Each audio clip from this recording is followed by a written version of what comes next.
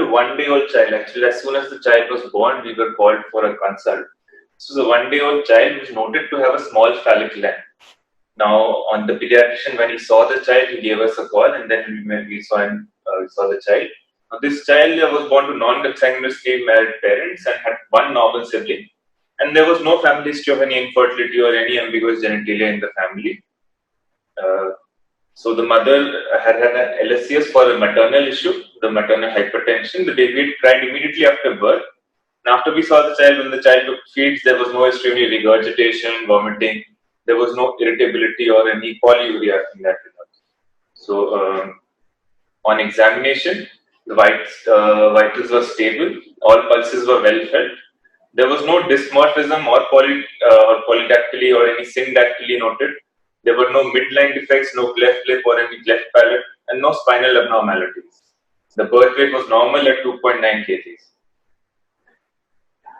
So genital examination, we saw that the SPL was 2.3 centimeters.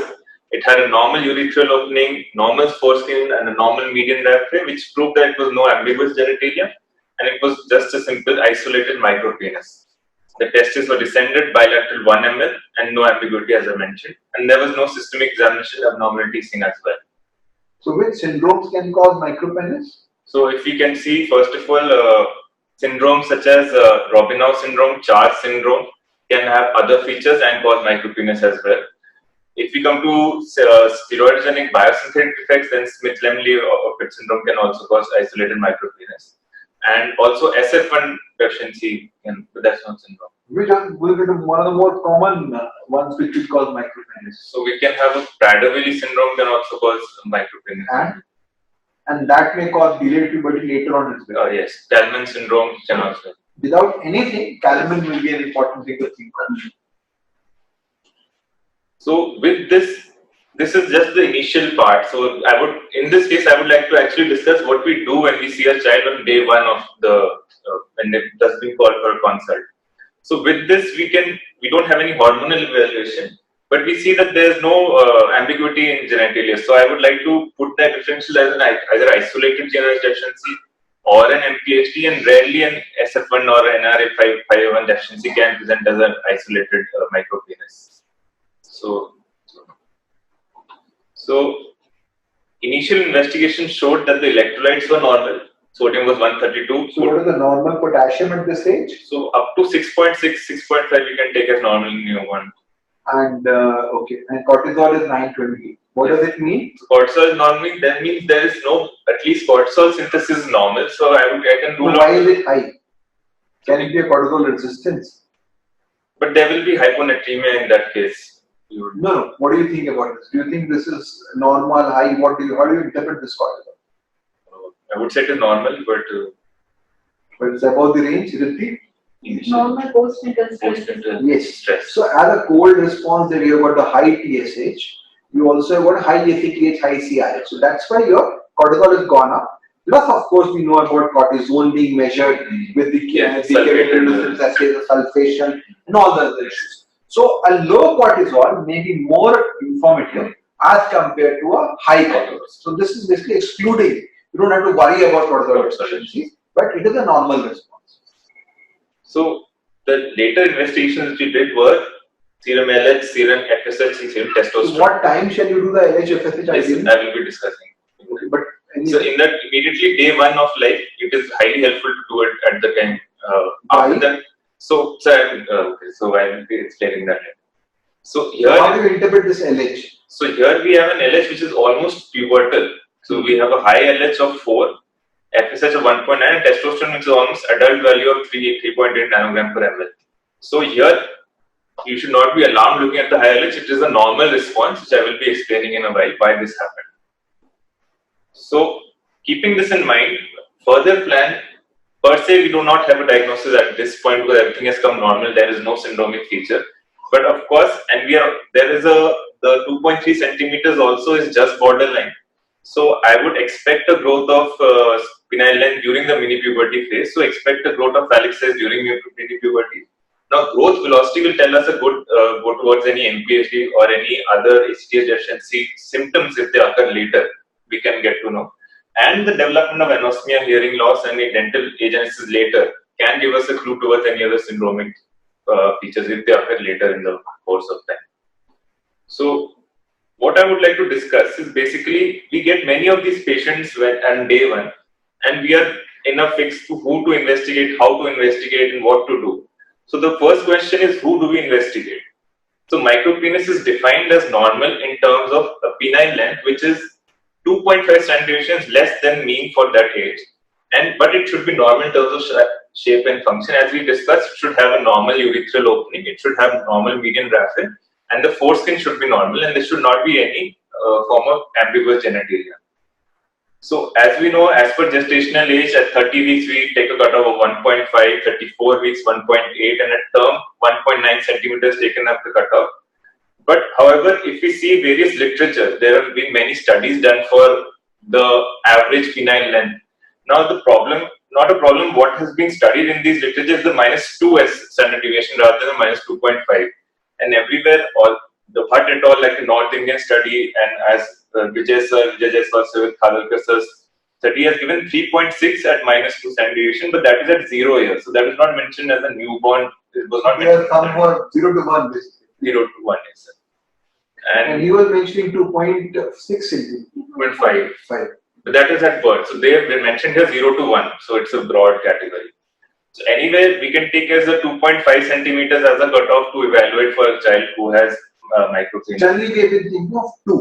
2. Okay. So clitoris more than 1, yes, and penis less than 2. This is what has been the general picture which is there. So the next question comes when to investigate. So there is a review about the mini puberty and what really happens in this. So one important thing is everything can be explained by this graph. The entire process actually just replicates in utero and then whatever happens after the birth. So if we just divide the initial part of what happens up to 12 weeks, we see a high testosterone levels because as we know, the testis starts forming testosterone at around 8 to 8 weeks when the HCG starts stimulating the LH receptor. That leads to the high testosterone levels. But why is LH forming? Basically what happens is after the gonadotropin neurons has migrated to the hypothalamus, there is formation of LH at around 12 weeks, which leads to a later formation of LH more than testosterone. Now, one very important thing is, as we can see, all of them combinedly come down at birth. Then why are we repeating on day 1? So basically what happens here is, initially there is very high placental estradiol, as we know that because of the high DHAS levels. So they are getting converted by 17-beta, 3-beta HSD to estradiol. This basically causes this suppresses the LH and FSH levels in the cord blood, which we saw the LH and FSH coming down towards the end of, towards the term. What happens is there is birth, and that cuts off the supply of this high estradiol, which ultimately leads to a surge in LH levels. Now, what is peculiar about this LH surge? This surge is 10 times in males, and it is a lesser surge in females. So, in males, this is more prominent, which leads to a rise in testosterone levels. This testosterone levels stay for 12 to 24 hours only. So, that's why we say it is important to do on day 1 rather than do on day 2 or day 3 of life. So, now, if we think of mini puberty, after day 1, the best time of the best period is to do between 4 to 8 weeks of life because when you see a proper mini puberty period. How will you know whether mini puberty is there or not? So, mini puberty is basically just mocking the real puberty. So, a high LH level of more than 0.7 is suggestive of mini puberty, and it can be performed till 6 months of age. So, if you are in doubt whether to do a stimulation or not, you can just do a basal LH. If your LH is more than 0.6, as in your case it was 4, in that case you don't need to do a stimulation. So there are various studies and on searching it has been found that mini puberty, the importance of mini puberty, what is it? So mini puberty has been seen to be positively correlated with the serum testosterone level. So there is a definite increase in the penile length during from birth to 3 years. So this actually tells us the importance of mini puberty. It actually helps in the increase of penile length. And the highest growth velocity occurring from birth to 3 months, that is 1 millimeter per month, occurs during this mini puberty. There are various studies which show the importance of mini puberty in growth also. So then they saw that in children who didn't undergo mini puberty, there was some amount of growth left which could have happened when it was there. So what do you want to say that if somebody has hypo, they might have an initial growth lag. So how to investigate? So basically, it is exactly like what we did. On day 1, we could do serum electrolytes and cortisol initially, and RBs, of course, to rule out any salt wasting, serum cortisol to rule out any salt wasting, and of course, basic investigations like the creatinine insert would you suggest initially? That's whatever. It is, you can do it. The problem with creatinine is that you have maternal creatinine which passes off, so it will not be reliable in the first 48 hours anyway. So I wouldn't be too concerned about creatinine. So an LH, FSH, testosterone on day 1. Otherwise, if it is not done at that time, during mini puberty, best between 4 to 8 weeks. And cortisol is important because the major concern is not about penile size, it's about the shock which may happen, the hypoglycemia which may happen. That is one point. Okay, and lastly, how to treat. So now, initially, we know that there are various protocols where we follow 25 mg every month to see the increase in T size. So there is this review of studies which was seen. Now, T, what it does, it only increases T levels and penile length. But if you give a recombinant LH and recombinant FSH, which was seen by Main et al. And these other studies, they saw that led to increase in NPN levels, that means Sertoli cell development, testicular volume, as well as penile length. And AMH increasing also, that means that lead to combined growth of Sertoli as well as Leydig cell. So we can try that if it is possible.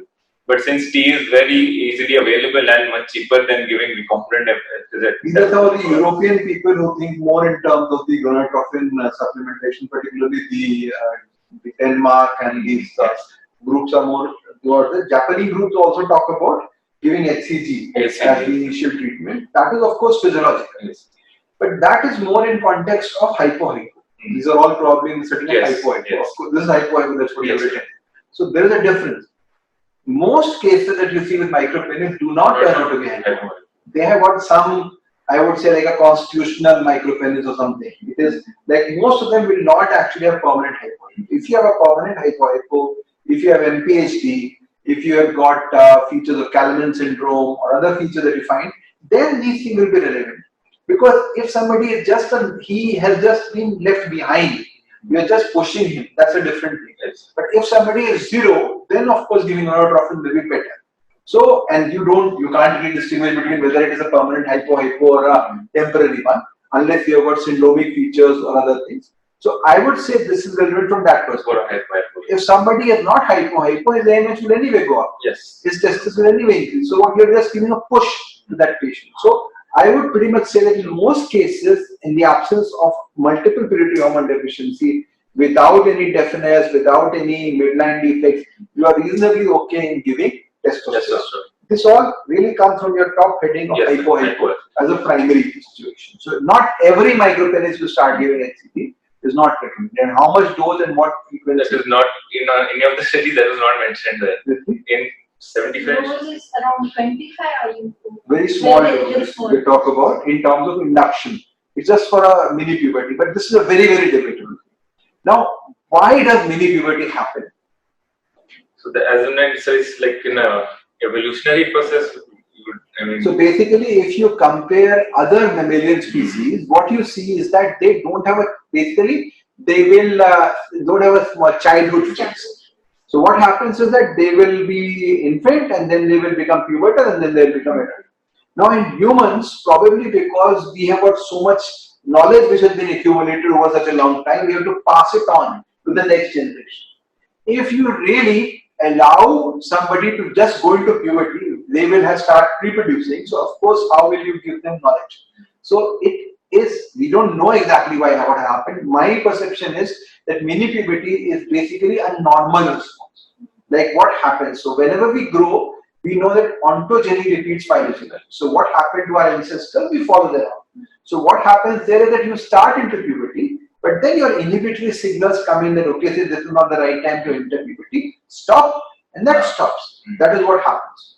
Now, how this evolution and these hormonal changes have become important is also the concept of menopause. No other animals have menopause. Why do humans have menopause? They take time to take care of their grandchildren. So newborns, human newborns are one of the most susceptible individuals overall. If you see a pup Or if you see a cow, they will just stand up and start licking. Human newborn is totally dependent upon care. And mother alone may not be good enough to provide this care. So to allow, if suppose the grandmother also was producing, keep on reproducing like many other animals, they will not have a grandmother role which is there. So in a way, these are evolutionary hormonal changes. So this is my own hypothesis with regards to the mini puberty, that this is effectively inhibited because to allow that individual time to grow and learn. Same is true for menopause, which is now very well shown in terms of evolutionary social endocrinology. So that field is clearly showing that there is a menopause is basically there to allow grandmother to be there.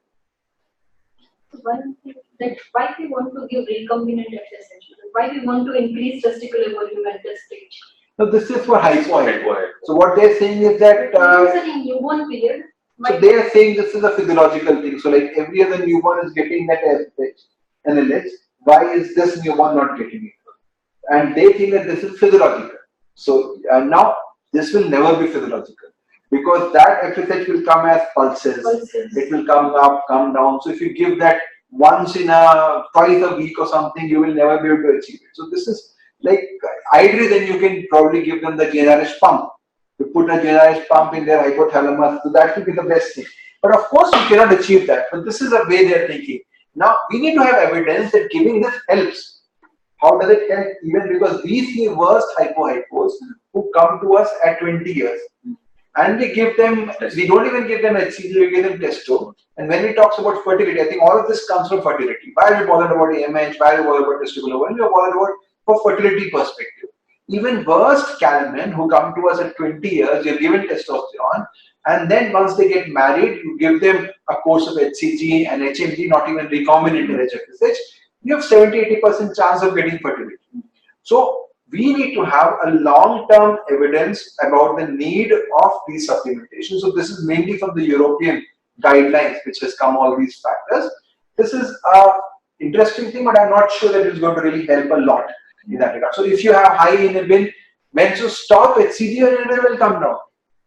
So these are more like a subtle thing. So I think don't get confused. If you have, unless you have a proven hypo you want to give, you can give, otherwise testo is good enough. It's not going to do any harm. The bigger message I like to give is that wait till within 6 months. Yes. Most cases we have seen now, many cases who improve without any intervention. So don't rush in giving testosterone. You explain them, okay, micropenis is there, but okay, we don't need to really worry about that too much at the moment, and it may improve. And then they will be happy. Giving testosterone at an early age can cause fluid retention, can cause cardiac effects as well, so we have to be careful about that. So I generally will wait till at least 6 months before giving the injection. And one more interesting study was the use of dihydrotestosterone in these children with micropenis. So basically, they did a study on total of 23 children whose age group was 4 plus minus 3.4 years. And the crux of the study is that out of all these children, 14 out of the 23 children has reached to a length more than minus 2.5 SB. 6 did not reach, but they were satisfied with the SPL, and 3 out of 23 discontinued. And they have also done the net increase of SPL. But how much was given? How long was it given? That is all the studies, intricacies, which I would like to take. So I think it's a very, very complicated therapy. If you are able to do it with 1 or 2 injections, while you have a daily treatment, and if mother is applying, they can have androgenic effect. You can go to the sibling. So all these are theoretical things, but at the moment I would say that pretty much giving testo is good enough from that perspective. But you have to look into how long we are giving. In a newborn, it's not appropriate to keep on applying local testo for how long. One important thing is none of these are newborns. These are just actually 1 year, 3, 4 plus. So that is one important point. So you can give testo once or twice. So unless there is any evidence with regards to beneficial effects, because what you're doing basically is that you're going even further down. You're just using, so what they're trying to say maybe is that we are just giving it topically. Yeah. We are not exposing the whole body to high testosterone. Now, unless there are bad effects of that high testosterone for a transient period, then it will be effective. Otherwise, it doesn't make sense. It will only be helpful if it's a pyrethroreductase deficiency, that will be the thing. And getting it also is very difficult in India. It's not easily available. So I think the big message probably from your case is wait and watch. When we have micropenis is whether there is a impending cortisol deficiency. I want to exclude that. Exclude DSD. And very importantly, this could be a 21 hydroxylase deficiency because if there is no gonads which are there. And then if you have documented, and many times people get confused, okay, let's do SCG test, it's partially IS or it's a 5-alpha reductase. I'd say hold on. It is not going to make any huge difference if there is no DSD. If it's just micropenis, forget about all that. NRA51 you said, but it's very, very rare. So if you do in normal population also, you will get a few variations which are there. So once it's isolated micropenis, gonads are palpable, cortisol is ruled out, testo is okay, I would be happy, I would wait till at least 6 months before doing anything. If at 6 months there is no growth, we'll maybe give a dose of injection, and then couple of injections usually will do the trick. And then again, very importantly, review them again around 10 to 12 years. My experience is that in the absence of a syndromic etiology, in the absence of any cleft lip, cleft palate, most of them will have a normal pubertal development subsequently. So